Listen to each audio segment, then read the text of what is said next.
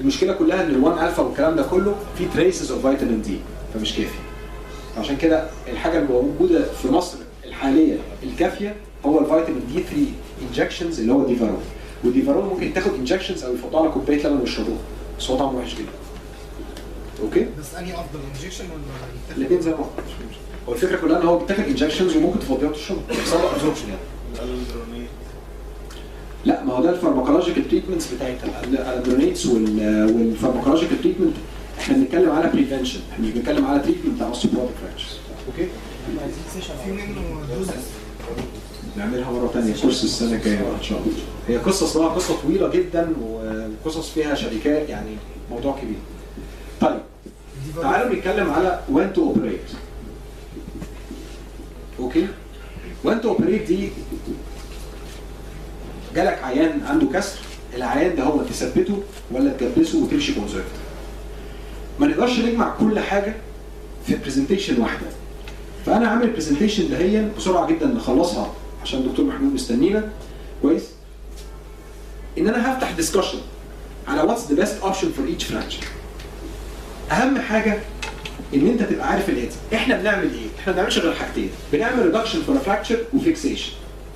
الفراكشر ريدكشن ده هو it can be no reduction لو undisplaced او open او closed.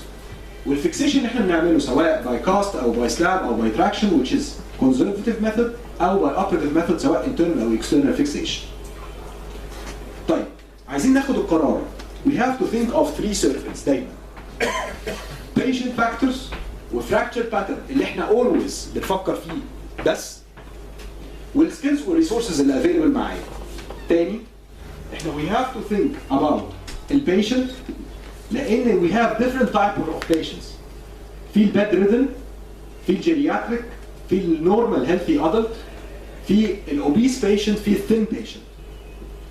We have to think about the fracture pattern في الستيبل تايب وفي الانستيبل تايب.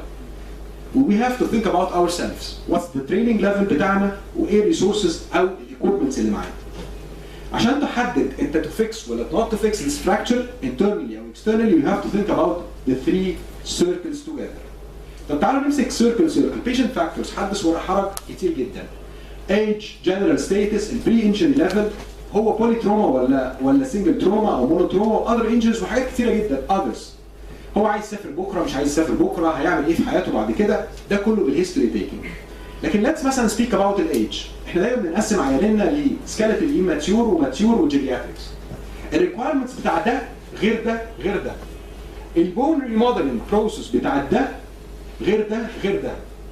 خلوا بالكم ان في البون ريموديلنج بروسيس اللي احنا بنعتمد عليها في الكونزرفتيف مانجمنت الديكريزز مع الايدج، كل ما بنكبر كل ما بتقل. وبليز do not overestimate a remodeling process or else you will end with a disability or cosmetic disability or functional disability.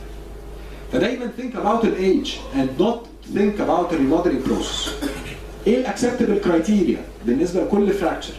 والفراكشر ده هو هيريموديل according to which stresses اللي هو بيتعرض لها.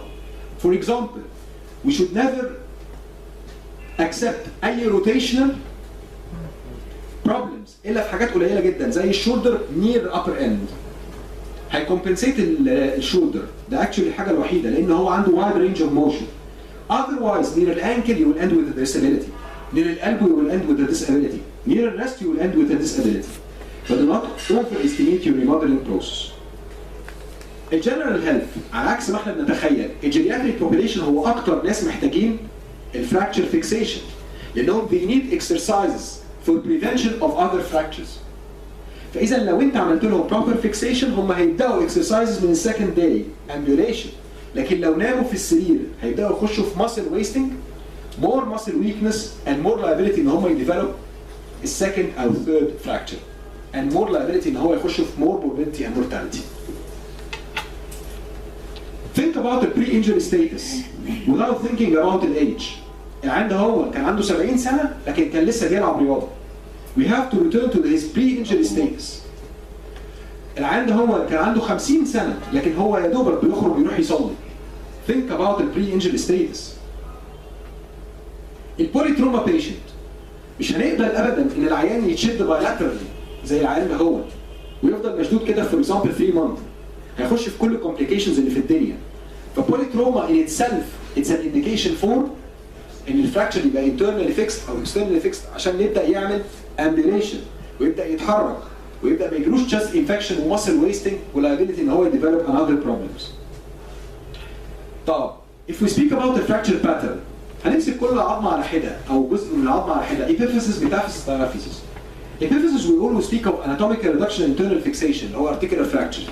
ليه؟ لان احنا we always need for cartilage nourishment movement والا الكارتلج ده هو اللي هيبدا يديفلوب degeneration ويبدا يخش العين ده هو في stiffness.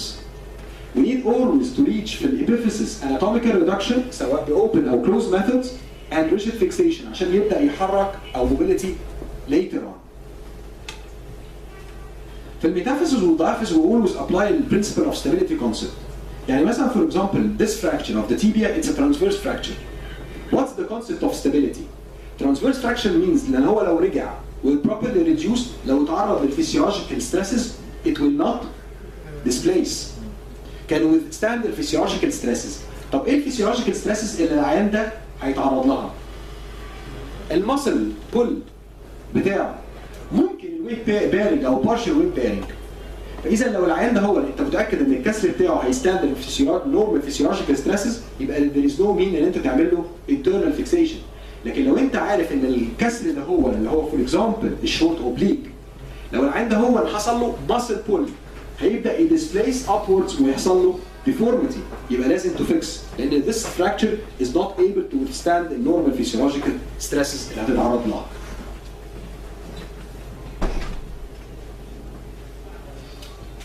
في fracture patterns لازم زي البولي تروما لازم نعمل فيها fixation. الفراكشر باترنز اللي هي it lost everything زي ما بقولها زي الاوبن فراكشر عشان الكسر يجي لك اوبن يبقى اعرف ان هو it's completely devitalized من كل السوفت تيشو اللي حواليه فلازم تعمل له فيكسيشن لان هو it lost كل الاكسترنال سبورت اللي بالنسبه له سواء ماسلز او ليجامنتس او سكين فلازم تساعده بان انت تعمل له internal fixation عشان تساعده على الهيلينج بروسيس المظبوطه بالنسبه له. نفس البرنسبل بين applied for a high energy trauma. لو انت شفت اكس راي زي كده هو متوقع المسلز والسوفت تيشو ديسربتد قد ايه جوه فلازم تايدد باي انترنال فيكسيشن علشان خاطر تهلب حتى السوفت تيشو يهيل سلولي فيعمل بون هيلينج رابيدلي. في سبيسيفيك فراكشر باترنز وما نقدرش نمسكهم واحد واحد في الجسم ونقولهم واحد واحد دلوقتي لكن عندهم سبيسيفيك بيولوجي زي مثلا شويه بونز ما عندهمش اي سوفت تيشو اتاتشمنت زي مثلا السكافويد كويس التيلس they are devoid of any soft tissue attachment فاذا لما بيتكسروا بيحتاجوا fixation rapidly علشان خاطر نساعدهم ان هم يهيل بسرعه. other fractures زي مع الكسر ممكن يحصل loss of the blood supply زي اشهر حاجه عندنا الفراكشر lack of femur وكلنا عارفين المشاكل بتاعتها. اخر حاجه you have to think about it في المحاضرة بس هي أول حاجة بالنسبة لكم. What's the level of your training and the resources available بالنسبة لك. إحنا عندنا قاعدة إن إحنا we shouldn't do any harm for the patient. If you're not equipped for doing a surgery, do not do it. فلازم نكون عارفين إيه levels بتاعتنا كسكيل وايز والليفل بتاع الايكويبمنتس اللي هقدر أعملها له. لأن لو أنا دخلت وعملت له harm, it will be more hazardous عن إن أنا أسيبه for conservative management. فالتيك هوم مسج هنا بصراحه ان الديسيجن ميكينج depends on several factors. التايب اوف بيشنت بالنسبه لنا التايب اوف فراكتشر او فراكتشر باترن and ourselves السكيلز and the equipments that we have. شكرا.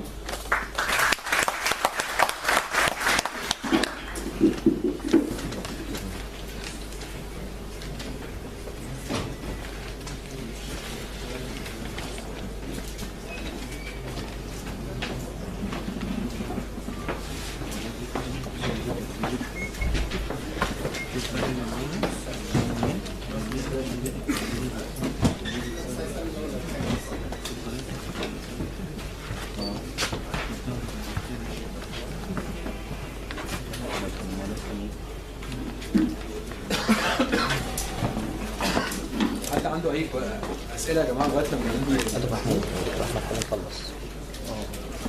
خلاص كالسيوم سبلمنت خلاص كالسيوم سبلمنت اللي هو موجود في بيبقى في حاجات السب اوبتيمال دوزز والكلام من ده. انت الديلي انتيك اللي انت هتحسبها له اللي هي 600 مللي جرام ده اللي ياخدهم ببكره. اوكي؟ توايس داي يعني 600 الصبح و600 بالليل. وخليك اقرب للحاجات اللي هي كالسيوم ستريت مش كربونات. اوكي؟ بالذات العينين اللي هو بياخدوا بروتين بامبنج.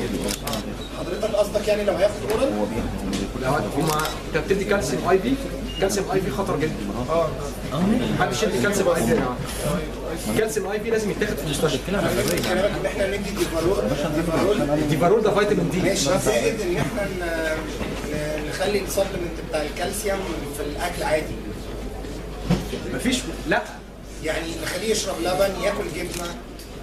ايوه وتدي له سبلمنت برضه برضه كالسيوم، الا لو هي جايه لك بكالسيوم ليفل 10 وهي عندها فيتامين دي ديفيشنسي، فساعتها مش هتديها كالسيوم وهتديها اونلي فيتامين دي، وتقول لها كملي الكالسيوم زي ما انت بتشربي كوبايه لبن في اليوم او بتاخدي زبادي او يعني طب بالنسبه